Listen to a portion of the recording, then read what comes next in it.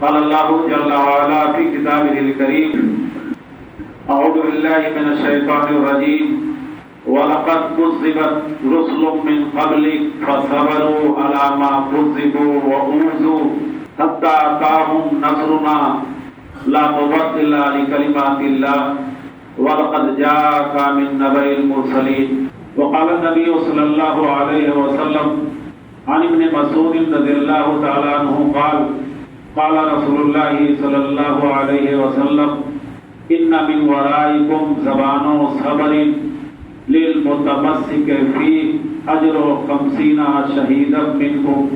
محترم حاضرین، اللہ رب العزت کی حمد و ثنا، تعریف و توصیف بیان کرنے کے بعد درود و سلام نازل ہو جملہ انبیاء کرام پر اور بیشبہ درود و سلام نازل ہو آخری نبی جناب محمد رسول اللہ صلی اللہ علیہ وسلم پر.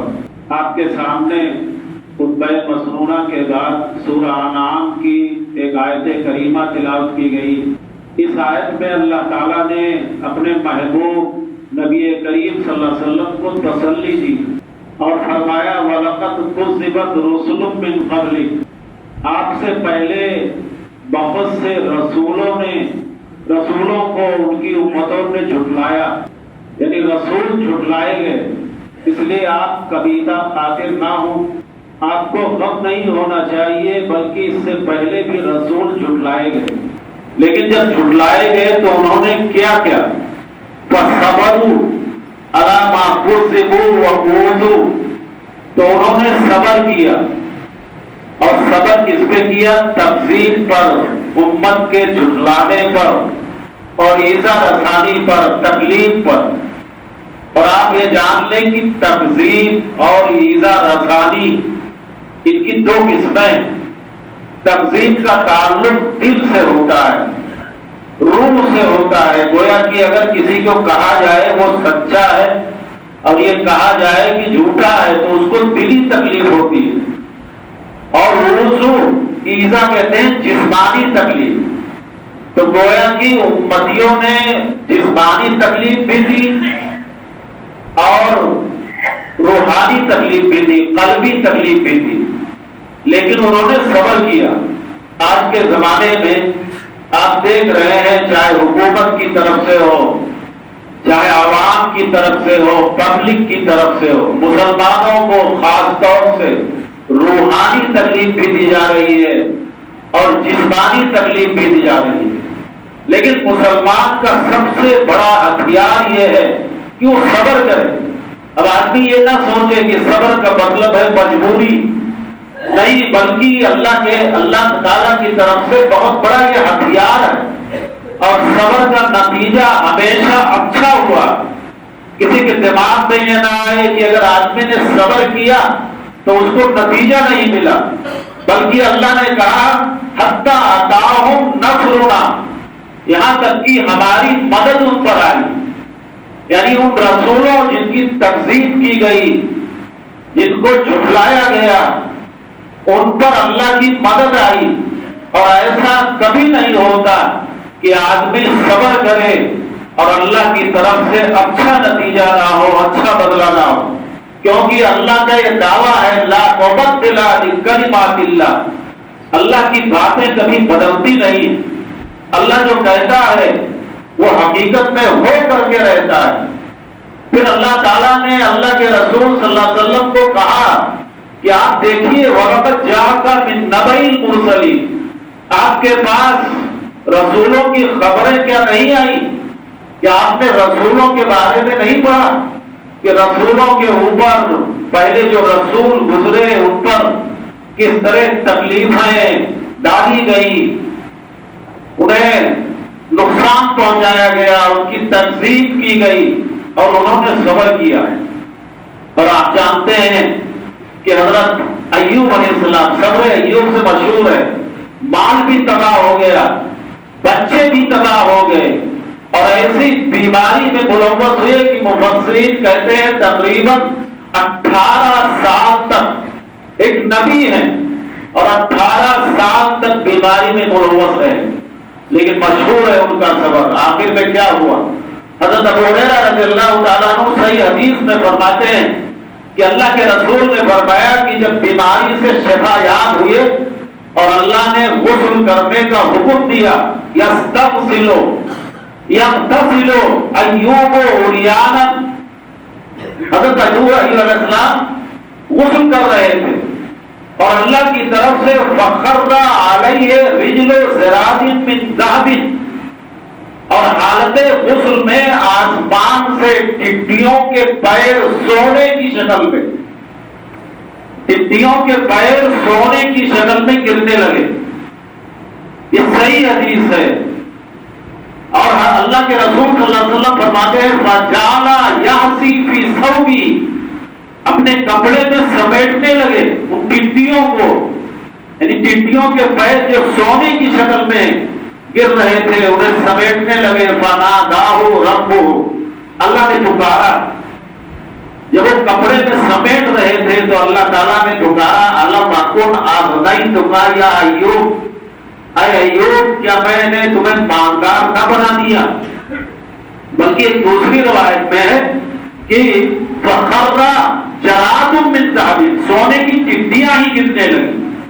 ایک روایت میں سونے ٹڈیوں کے پیر گرنے لگے، اور دوسری روایت میں ہے کہ سونے کی ٹڈیاں ہی گرنے لگی۔ فَجَعَلَ يَلْتَقِطُ، وہ اپنے دامن میں بھرنے لگے۔ اللہ نے کہا کہ أَلَمْ أَكُنْ أَغْنَيْتُكَ يَا أَيُّوبُ، اے ایوب کیا میں نے تمہیں مالدار نہ بنایا؟ تم بڑے لالچی دکھائی دے رہے ہو۔ حضرت ابو ایوب، حضرت ایوب رضی اللہ علیہ السلام نے کہا کہ یا ربی لا غنی من برکتک، اے اللہ تیری برکت سے بے نیاز کون ہو سکتا ہے؟ بلکہ دوسری روایت میں ومن یشبع من رحمتک، تیری رحمت سے آسودہ کون ہو سکتا ہے؟ یہ تیری رحمت گر رہی ہے، میں اس کو سمیٹ رہا ہوں، تیری رحمت سے آسودہ کون ہو سکتا ہے؟ کہنے کا مطلب ہے کہ صبر، حضرت ایوب نے صبر کیا اور صبر کا پھل اللہ نے یہ دیا کہ دولت بھی عطا کی، بیماری سے شفا بھی پائے اور اولاد بھی اللہ نے عطا کی۔ یوسف علیہ السلام کے بارے میں آپ سوچیے کہ قریب 8-9 سال تک قید میں رہے، لیکن اللہ تعالیٰ نے انہیں حاکم مصر بنا دیا، صبر کیا، حاکم مصر اللہ نے بنا دیا۔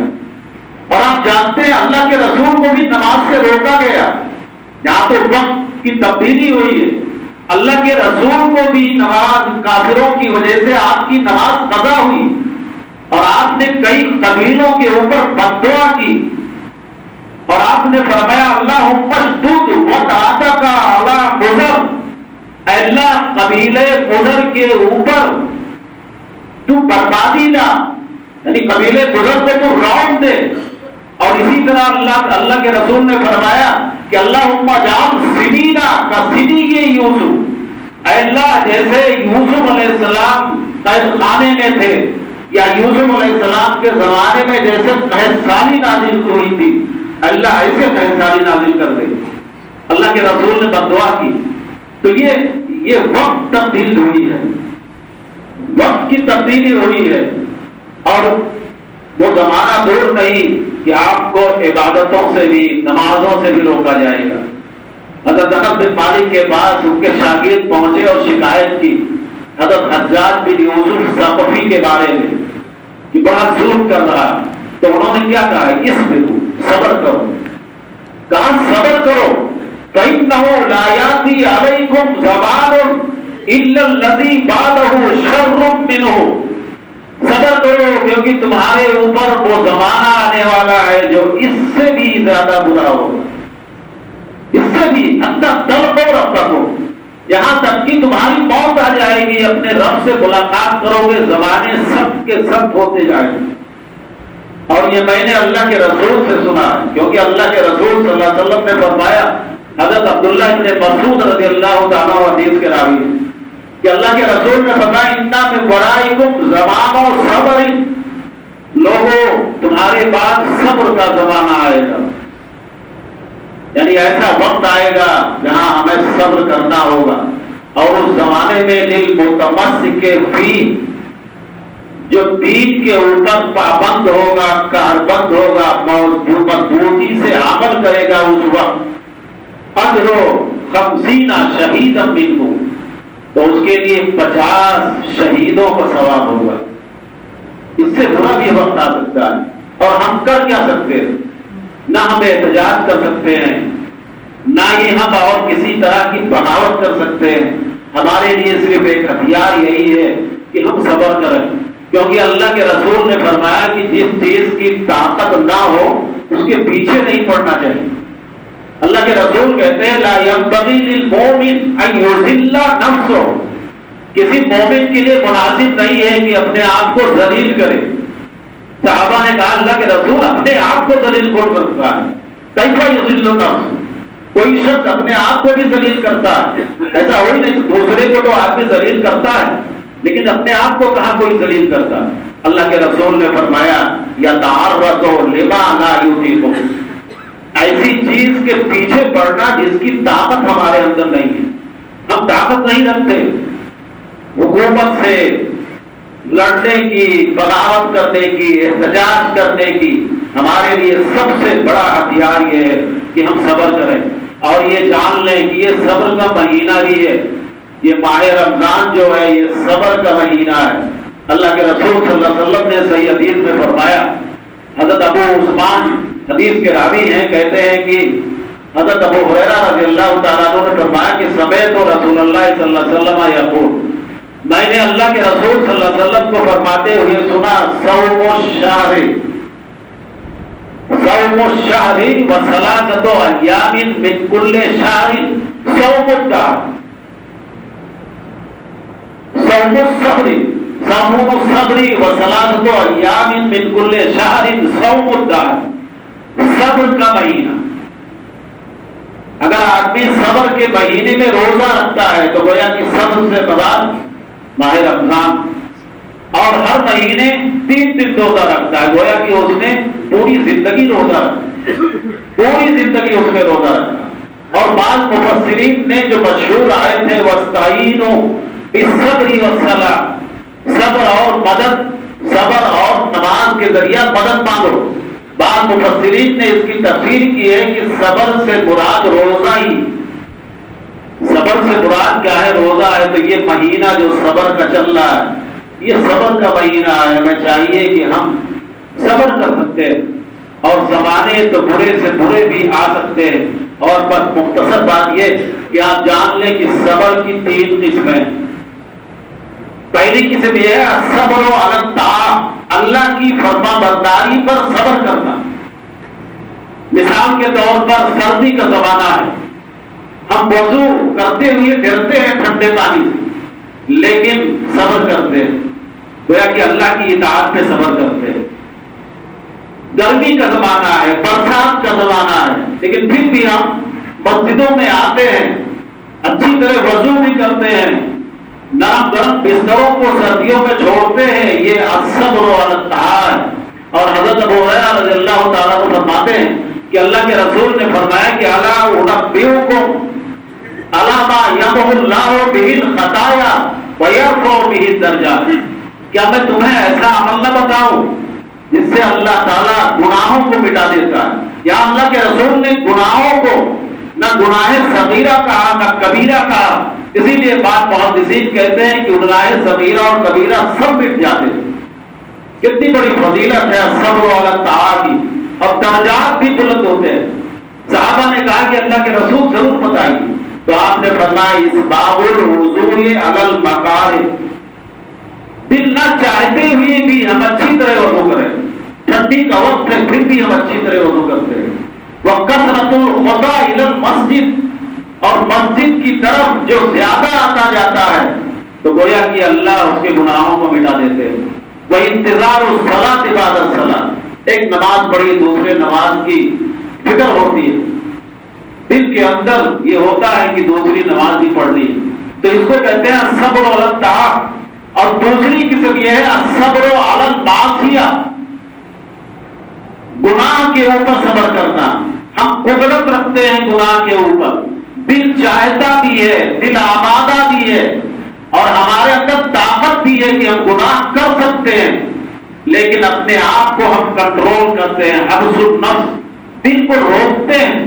اور آپ نے مشہور واقعہ سنا ہوگا کہ وہ 3 لوگ جب غار میں پھنسے تو ایک شخص اس میں وہ بھی تھا جس نے کہا کہ حتیٰ قدر تو علیہ، میں جس سے محبت کرتا تھا اس پر مکمل طور سے مجھے طاقت حاصل ہو گئی اور میں گناہ کر سکتا تھا، لیکن جب اس نے اللہ کے ڈر سے کہا کہ لا احل لک ان تفض الخاتم الا بحقی، تیرے لیے جائز نہیں ہے کہ تو یہ غلط گناہ کرے اور مہر کو توڑے، تو وہ اس نے خود کہا، اللہ کے رسول فرماتے ہیں فَتَخَرَّجْتُ، وہ اپنا واقعہ بیان کرتا ہے، فَتَخَرَّجْتُ مِنَ الْوُقُوعِ عَلَيَّ وَانْصَرَفْتُ عَنْهَا، میں اس گناہ کرنے سے باز آ گیا۔ حالانکہ حالت یہ تھی کہ وَهِيَ أَحَبُّ النَّاسِ إِلَيَّ، لوگوں میں سب سے زیادہ وہ مجھے محبوب تھی، لیکن گناہ پر قدرت حاصل ہونے کے باوجود وہ باز آ گیا، تو گویا کہ الصبر علی المعصیہ ہے۔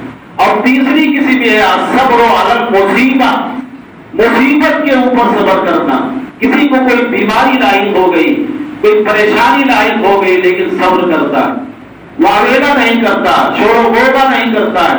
اور آپ نے سنا ہوگا حضرت عطا بن ابی رباح کہتے ہیں کہ حضرت انس بن مالک نے مجھ سے کہا کہ الا اریک امرأۃ من اہل الجنہ، کیا میں تمہیں جنتی عورت نہ بتاؤں، نہ دکھاؤں؟ میں نے کہا ضرور بتائیے۔ تو انہوں نے کہا هذه المرأة السوداء اتت النبي صلی اللہ علیہ وسلم، یہ حبشی عورت اللہ کے رسول کے پاس آئی اور کہا کہ اللہ کے رسول اتنی اسرع واتنی اتکشف، اے اللہ کے رسول مجھے مرگی کی بیماری ہے اور جب دورہ پڑتا ہے تو بے پردہ ہو جاتی ہے، اللہ کے رسول دعا کر دیجیے۔ جانتے ہیں اللہ کے رسول نے کہا ان شیتے اگر تم چاہو دعوت اللہ، تو میں تمہارے لیے دعا کر دوں اور تمہیں اس سے نجات مل جائے گی۔ وَإِن شِئْتَ صَبَرْتَ وَلَكِ الْجَنَّةُ، اور اگر تم چاہو تو صبر کرو اور تمہارے لیے صبر کے بدلے میں جنت ہے۔ تو اس نے کیا کہا؟ انا آصبر، اللہ کے رسول صبر کروں گی۔